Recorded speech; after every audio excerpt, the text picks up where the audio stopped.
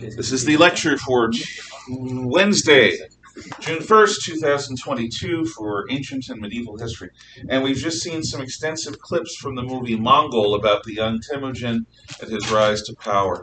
Why would a Mongol, be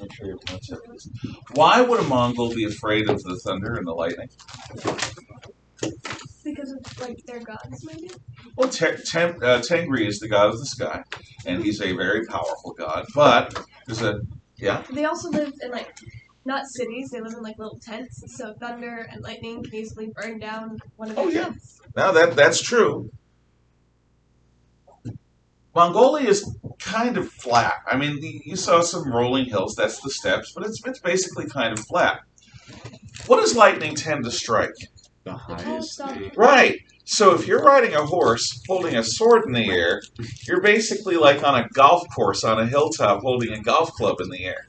Which, by the way, people do because they're stupid.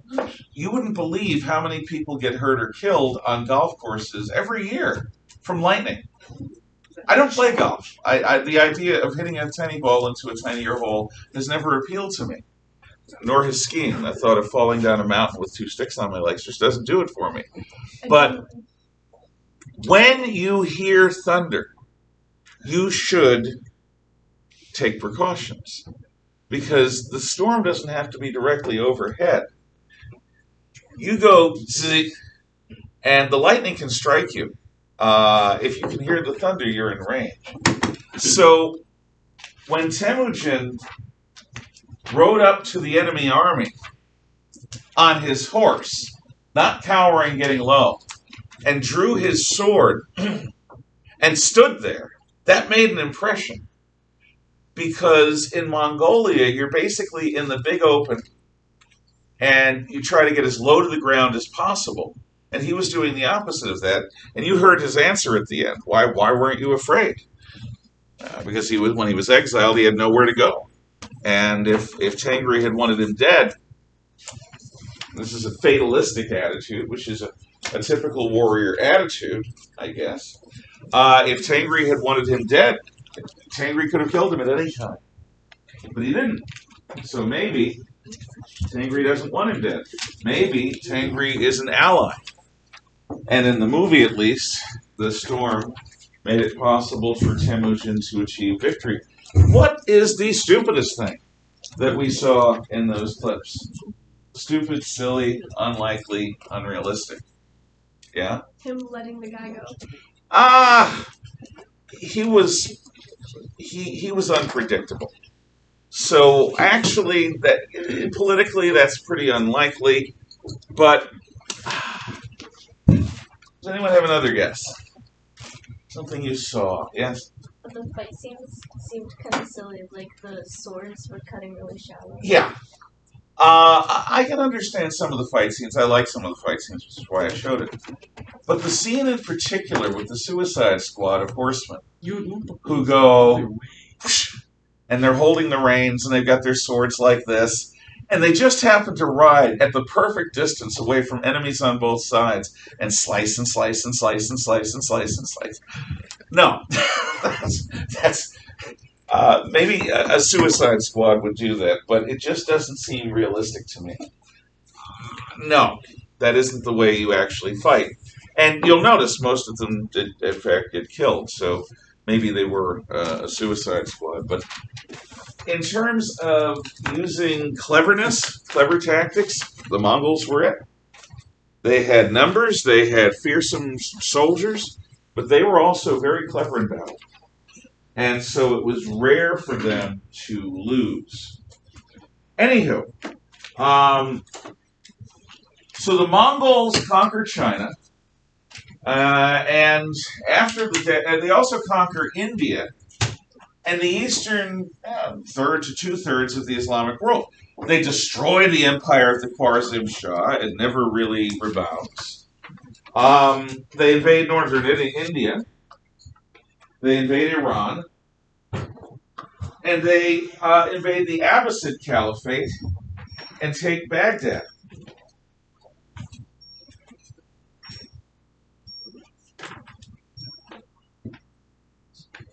Now, some of the time, the Mongols will allow a city to continue to exist, like many of the cities in China, and like Baghdad. But more often than not, more often than you think would be wise, the Mongols will destroy cities entirely, depopulate them, and leave them as smoldering, burning wrecks. Why? Because they don't like cities. They think that cities distort what should be natural people into something else. So the Mongols end up creating the largest land empire in world history. The British Empire is much bigger than them, but the British Empire is a maritime empire. It's all over the world. But the Mongols, well, you see Asia, they control China, they control Korea, they control Mongolia, they control Siberia, they control the various stands, Kazakhstan, Uzbekistan, Kyrgyzstan, Tajikistan. They conquer Pakistan, and again, parts of northern India. They conquer Iran. They conquer European Russia. Now, by the time they've done European Russia, so you basically have from Poland all the way to the Pacific, this area is divided into a variety of khanates that are allied, but with the death of Genghis, they're not all going to be under the same ruler. So the ruler of Russia and most of Siberia is the Khanate of the Golden Horde. And the ruler of China is Kublai Khan's Khanate. I gave the wrong person.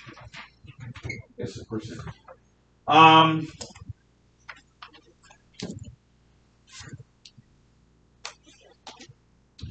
Still, one culture. Then they invade Europe. And they invade Japan. Let's talk about what I have first here. Talk about Europe first. So, the Mongols have Iraq, Iran, parts of Turkey, Russia, Ukraine, Belarus, the Baltic states. They invade Poland. And they're into Hungary, in the center of Europe, at the Sajo River. The combined armies of Eastern Europe, including Polish troops and troops from the Holy Roman Empire, armored European knights with horses much bigger than the Mongols, with armor much better than the Mongols, encounter a Mongol horde. The Mongols have rockets because they've conquered China.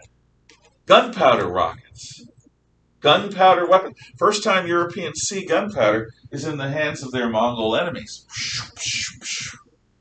You don't want to get hit with a rocket, even if you're wearing full body armor. At the Sajo River, the Europeans lose bad. Oh, God, they lose bad. And it looks like the center of Europe is open to Mongol conquest. But just after the battle, word comes from Asia that, I believe it was Ogadai, one of Genghis Khan's sons, has died. And there's going to be a question of who's going to be the new Khan. And to a Mongol, who's going to be the new Khan is much more important than conquering a bunch of barbarians in the West. We'll be back later. So the Mongols go back to Asia. And they never come back. Not that far into Europe anyway. Which is lucky. Because on land, The Mongols in the 1200s are like the Red Army in 1945, the Soviet Red Army. Soviet Red Army in 1945 is probably the most powerful land force in human history. And the Mongols were like that. On land, they rarely lose a battle. And if they lose a battle, it's usually for very distinct, particular reasons, and they come back and they win later. So Europe is spared by an act of God, the death of the Khan. Now we come to Japan. Actually, I'll talk about Timur first. Timur the Lame is a Mongol that is born after... What? Said he was a pretty interesting guy. He was. He was born after Genghis, and he is called Timur the Lame because he's lame. See, history's pretty straightforward in that respect. You'd think he's lucky to be alive. Why didn't they kill him? Well, he's clever, and he's ruthless. Timur the Lame converts to Islam. He becomes a Muslim Mongol, a Muslim. And as I forget that, I just made it up and it wasn't funny. A Muslim Mongol. So he combines the religious fervor of Islam with the physical terror of Mongols. And he forms an empire in Central Asia and Iran and Pakistan called the Ilkhanate. By the way, you're welcome to add information if you want. The Ilkhanate is absolutely vicious when it comes to their enemies. Oddly enough, maybe even more so than Genghis Khan.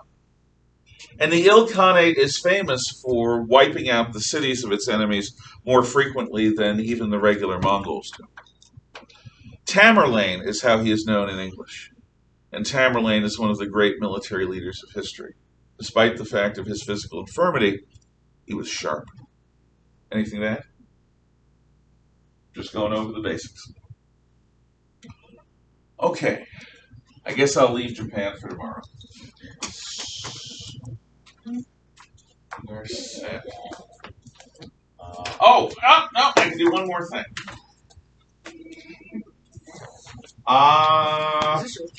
Marco!